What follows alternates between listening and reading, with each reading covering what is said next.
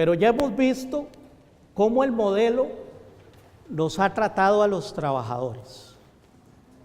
Ahora veamos la otra cara de la moneda. Cómo el modelo ha tratado a los de la acera de enfrente, a los que tienen la plata, a los que tienen el poder político, a los que tienen el poder económico.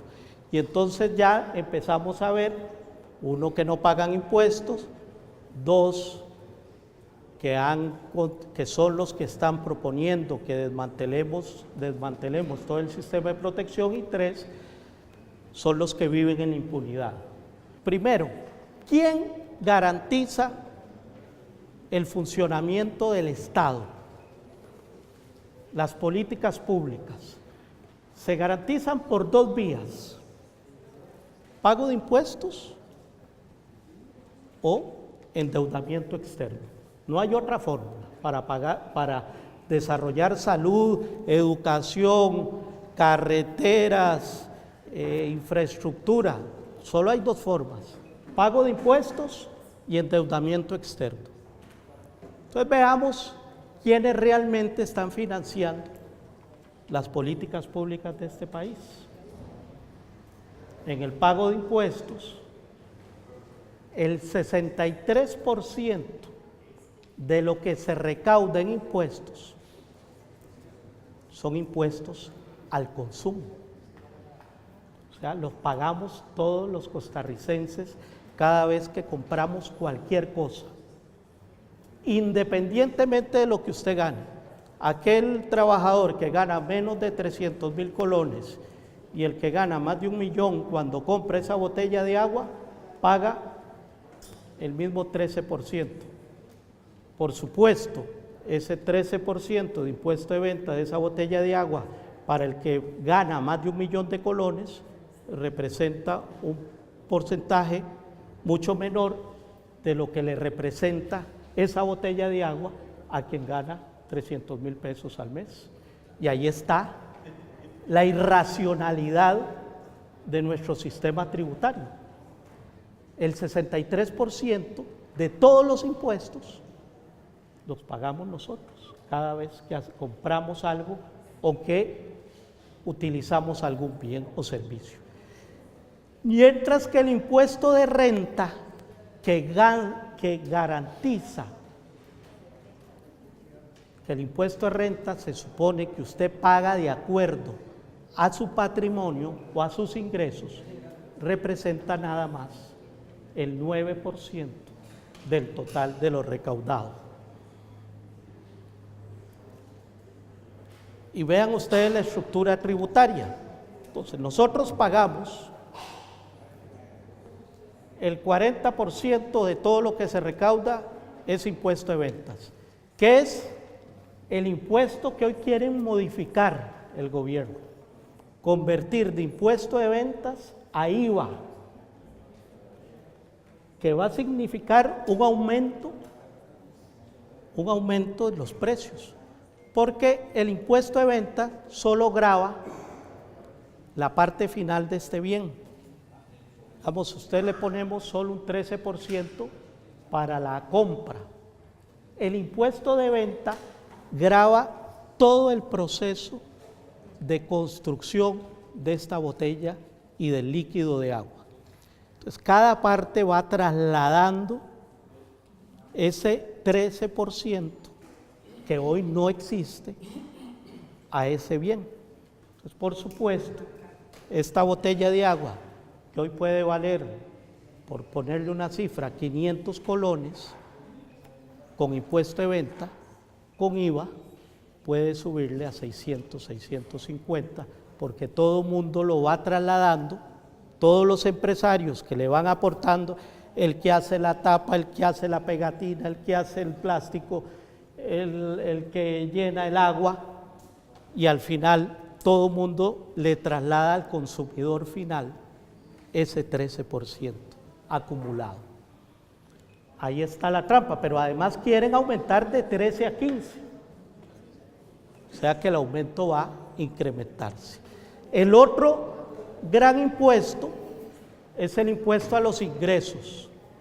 y ahí grava principalmente los ingresos salariales de los trabajadores del sector público, que son los que realmente pagan impuesto de renta. Y el tercer impuesto, ya no solo pagamos impuesto de venta, sino el impuesto a los combustibles. La gasolina en Costa Rica es la gasolina más cara de Centroamérica, porque está gravada por una gran cantidad de impuestos, no solo ventas ni selectivo de consumo, sino CONAVI, el MOP, etcétera, etcétera, que nada va a las carreteras. Y fíjense ustedes, vean, a los exportadores, los impuestos al comercio exterior no llega ni siquiera al 5%. Pasamos para ir bien. Entonces,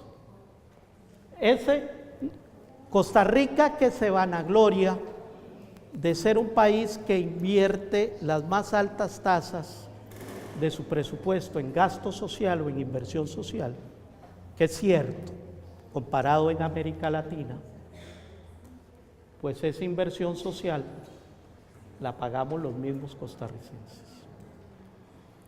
El derecho a la salud, a que hayan hospitales, a que haya EVAIS, lo pagamos porque estamos pagando vía impuestos indirectos, tanto en salud, educación, vivienda.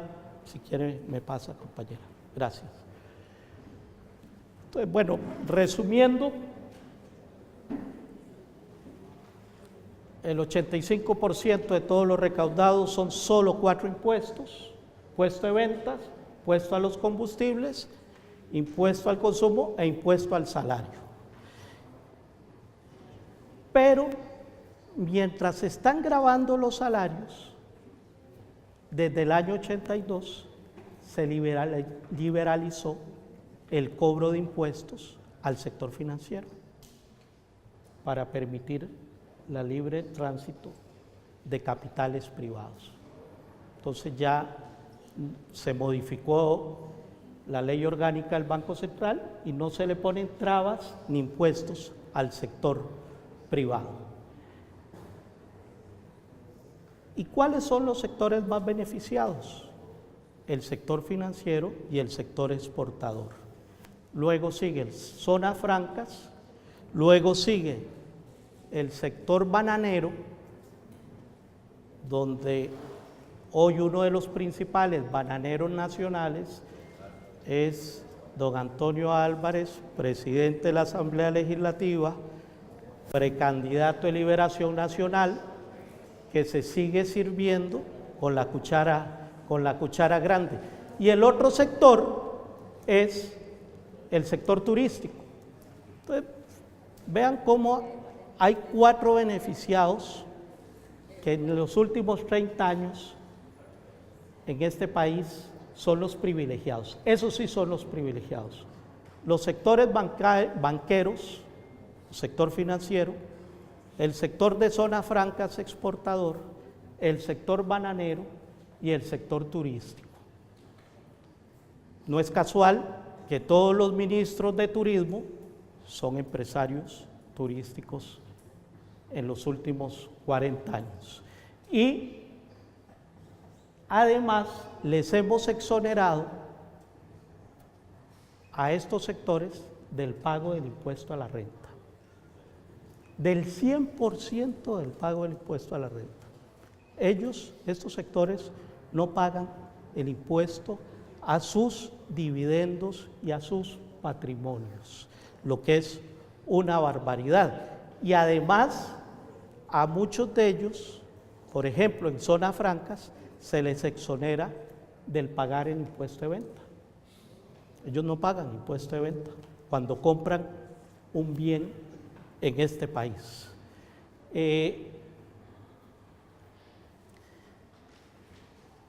Vean ese cuadro.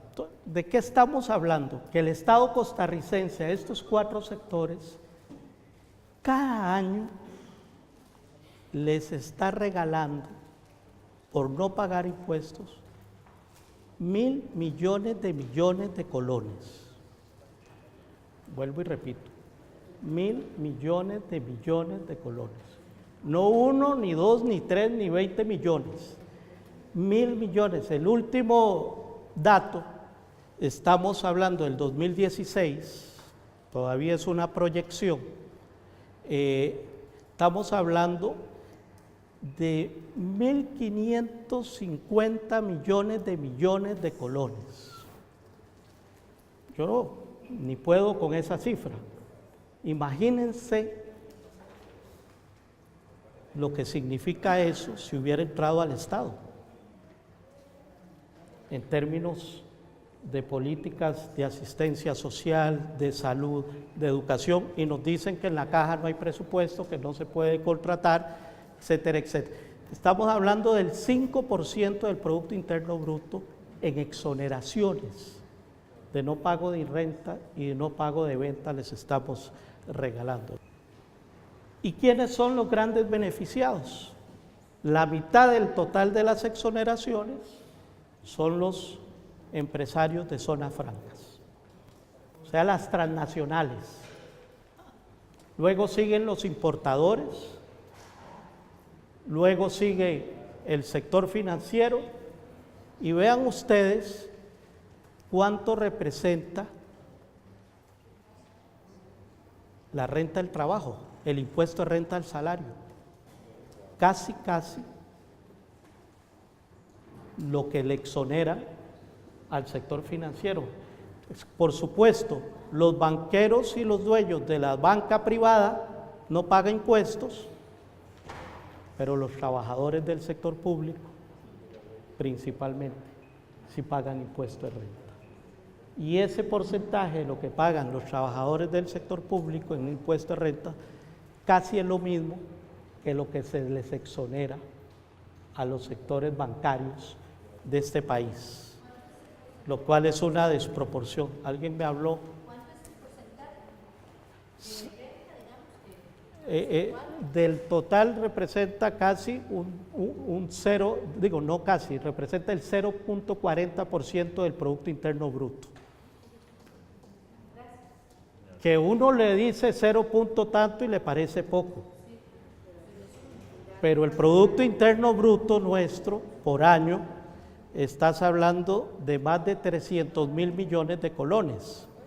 Entonces, un 0.38, un 0.40 representa una cifra importante. Estamos hablando que en venta hay casi un 4% que no pagan, que los exoneramos, un 4% del Producto Interno Bruto.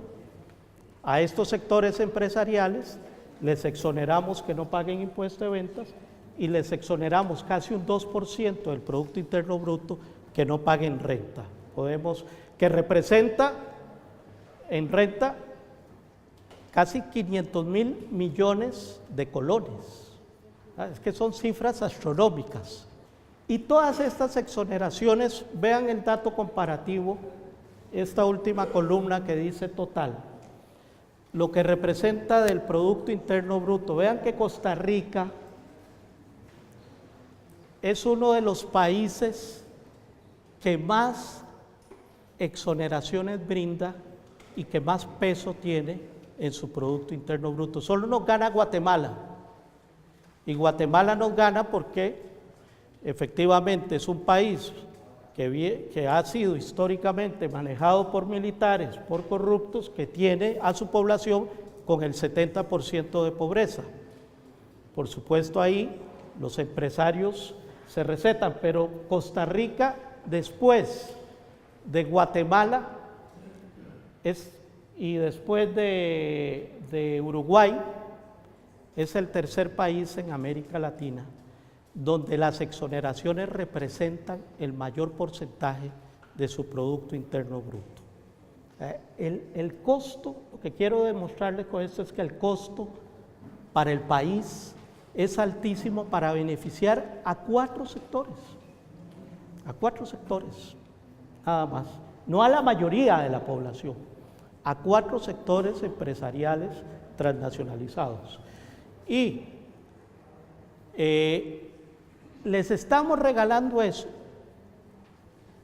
Pero además estos descarados, lo poquito que deberían pagar, lo evaden. ¿Ah? Les exoneramos que no paguen renta, que no paguen ventas, pero además evaden.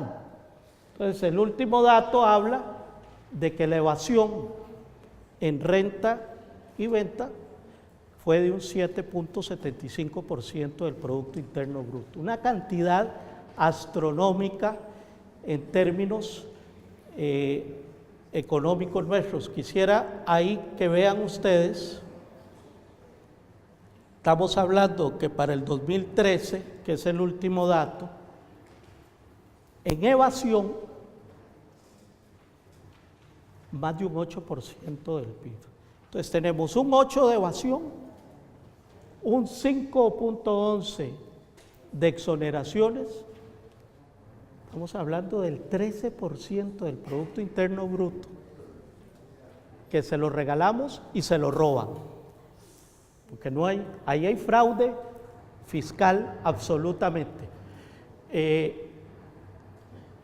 Y ahí podemos ver en esas dos tablas comparativas cómo estamos con respecto a América Latina en evasión. Entonces, vean ustedes que en IVA o impuesto de venta, Costa Rica no tiene IVA, es lo que quieren hacernos. En IVA nosotros andamos en un 30%, más o menos.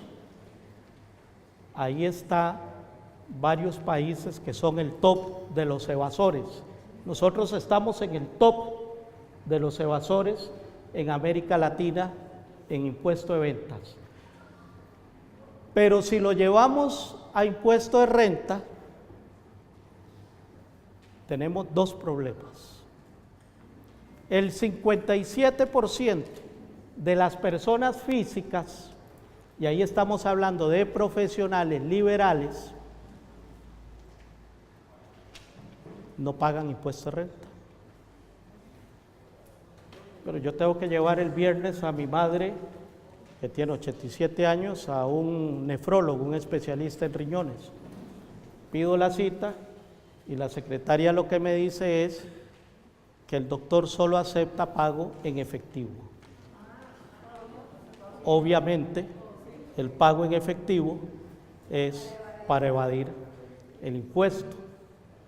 Así que voy a cambiar de nefrólogo, no voy a dejar que se muera mi madre, pero no podemos aceptar estos sectores, ahí sí, de personas físicas, de profesionales liberales, que todo te lo cobran en efectivo, que no quieren usar tarjeta ni dar factura, y no hablo de recibos de pulpería, hablo de factura timbrada, representan el 57% de la evasión en impuesto de renta. Pero los empresarios, o sea, las personas jurídicas, representan el 70%. O sea, este país es el país de viva la pepa, ¿no? Aquí nadie paga, 70% los sectores empresariales evaden el impuesto de renta, 70%. Y nosotros cada vez que compramos un confite, ahí pagamos. Y ahí evaden, bueno, el pulpero, digamos, evade un poquillo, pero los grandes empresarios y las grandes cadenas, ahí están evadiendo. Y eso tiene un costo muy alto para el país. Y fíjense que principalmente está en este sector exportador. Los sectores exportadores están concentrados hoy en zonas francas, exonerados de impuestos, y en régimen definitivo, que son, digamos, todo aquel empresario exportador que no está en una zona franca. Ahora este gobierno del cambio tiene una propuesta de que a las bananeras y a las piñeras las podamos convertir en zonas francas. Están ahí planteando esa posibilidad. Ustedes saben lo que es que a estas piñeras y estas bananeras las conviertan en zonas francas agrícolas, que sería ya el acabose total. Y en zonas francas, creo que ya eso se los he dicho, que no pagan impuestos, que tienen tarifas subsidiadas de electricidad, de agua, que hay que construirles carreteras, que hay que hacerles aeropuertos, que hay que... Ahí está Moín, que se lo estamos haciendo para que saquen lo de zonas francas. Todo le damos, todo eso. ¿Y cuántos empleos directos genera? El último dato, al año 2015, habla de 78,000 empleos. 78,000 empleos. El 3.43% de toda la fuerza laboral. Porque nos dijeron que había que exonerarlos porque ellos iban a generar mucho empleo. Pues resulta que lo que nos generan son 78,000 empleos directos exclusivamente. Y estos mismos sectores son que no pagan impuestos, que evaden, sacan sin pagar impuestos. Vean ese cuadro, me perdonan que esté ahí en inglés, pero ese es el ranking de los países en el mundo, de los 26 países en el mundo que más flujos financieros ilícitos no porque sean del narcotráfico o del contrabando, ilícitos porque son capitales que salen sin pagar impuestos. Lo ilícito es porque no pagan impuestos en sus países. De esos 26 países a nivel mundial, de los mayores flujos entre el 2004 y el 2013, Costa Rica está en el lugar 15. Nosotros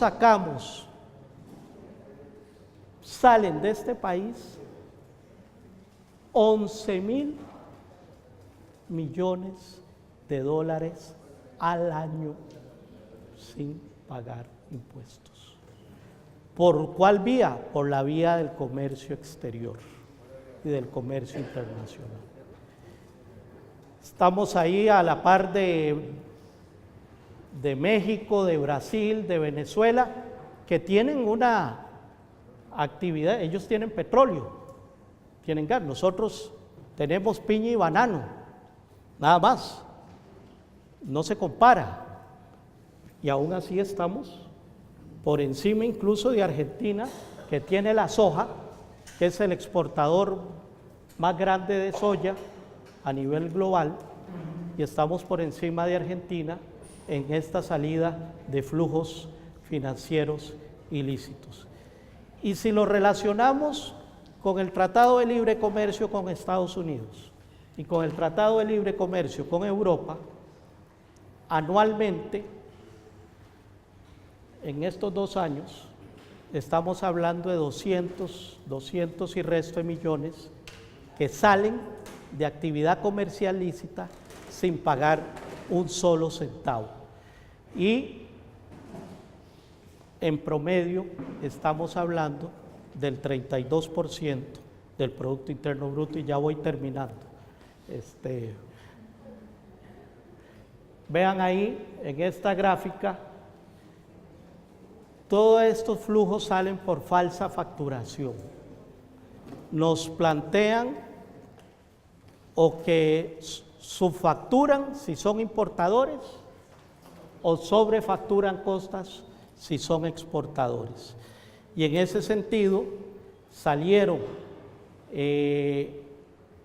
cerca de 1.4 billones de dólares de América Latina, y nosotros somos el segundo país después de Honduras en América Latina que en su comercio exterior practica la falsa facturación. Y eso se debe a la desregulación fruto de los tratados de libre comercio y de toda esta ofensiva neoliberal. ¿Qué tenemos? Pasar, por favor. ¿Y qué representa en términos estos flujos financieros? Si los comparamos con lo que se gasta en educación, esos flujos en América Latina representan todo lo que invirtieron 6 grandes países de América Latina en educación o en salud. O sea que es una sangría permanente lo que estamos viviendo de estos sectores transnacionales exportadores. Y bueno, en esas condiciones es obvio que este país va a tener indicadores sociales muy jodidos. El último dato nos dice que nosotros tenemos 1.170.000 personas viviendo en la pobreza, la cifra más alta de toda la historia, un 24%, pero no solo tenemos una pobreza que no desciende, sino que tenemos un país cada vez más desigual. ¿Qué quiere decir eso? Que hoy los ricos se apropian cada vez más de mayor porcentaje de la riqueza nacional y los pobres se apropian cada vez menos de la riqueza nacional. Medido en ingresos, el indicador de Gini es un indicador por ingresos que mide desigualdad. Cuando un país se acerca más a cero, es más igualitario, o sea, la gente vive más o menos, todo el mundo en similares condiciones. Cuando un país se acerca más a 1, es más desigual. Vean ustedes qué interesante, en 1990, este indicador de Gini para Costa Rica era de 0,37. Éramos, al empezar la década del 90, un país bastante igualitario. Casi 30 años después, en el 2013, estamos hablando de un 0,49 y hay un último dato que se está precisando por el INEC para el 2014, que ya habla de 0,51.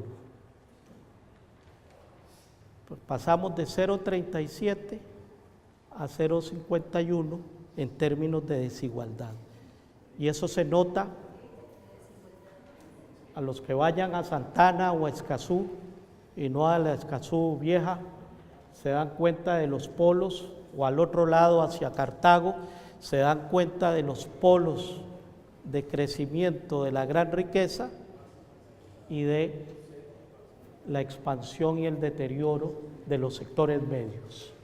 Porque quien ha sufrido el peso, el costo de esta ofensiva neoliberal son los sectores medios que se han empobrecido y que han visto deteriorarse sus condiciones de vida.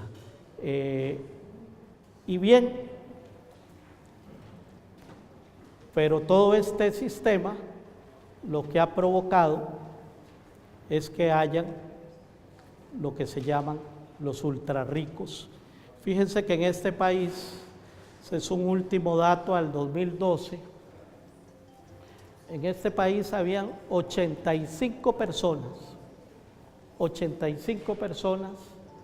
que en sus cuentas bancarias y en su patrimonio tenían 12.000 millones de dólares.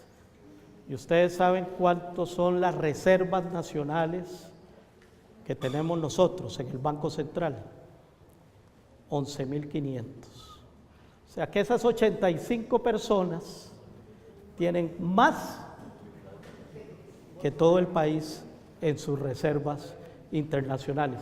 Y eso es gracias a este modelo y esta lógica neoliberal que ha hecho una oprobiosa concentración de la riqueza en muy pocas manos, mientras que la gran mayoría cada vez ve más deterioradas sus condiciones. Por eso, defender derecho laboral, derecho al salario, derecho al empleo no es un lujo ni una cuestión menor, sino es nuestra propia sobrevivencia. Me disculpan que me haya extendido, pero bueno, quería mostrarles un pantallazo así general de cuál es la condición. Gracias. Aquí se retira.